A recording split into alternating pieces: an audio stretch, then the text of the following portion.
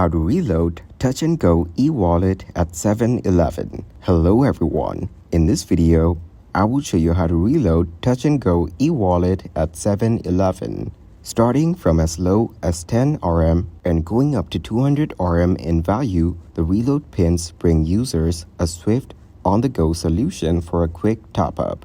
You can get them for yourself, friends, and family from any 7-Eleven, 99 Speed Mart, KK Supermart, Shell, and Watsons near you. You just need to follow these simple steps for the convenience of reloading with pins. First, get your reload pin from the outlets and launch the Touch and Go e-wallet app. Then select Plus Reload e-wallet. Select TNG reload pin found under Other Methods to reload. Key in your 10-digit TNG reload pin. Click Reload Now and you're done. From this link, you can also check out the nearest stores to get reload pins.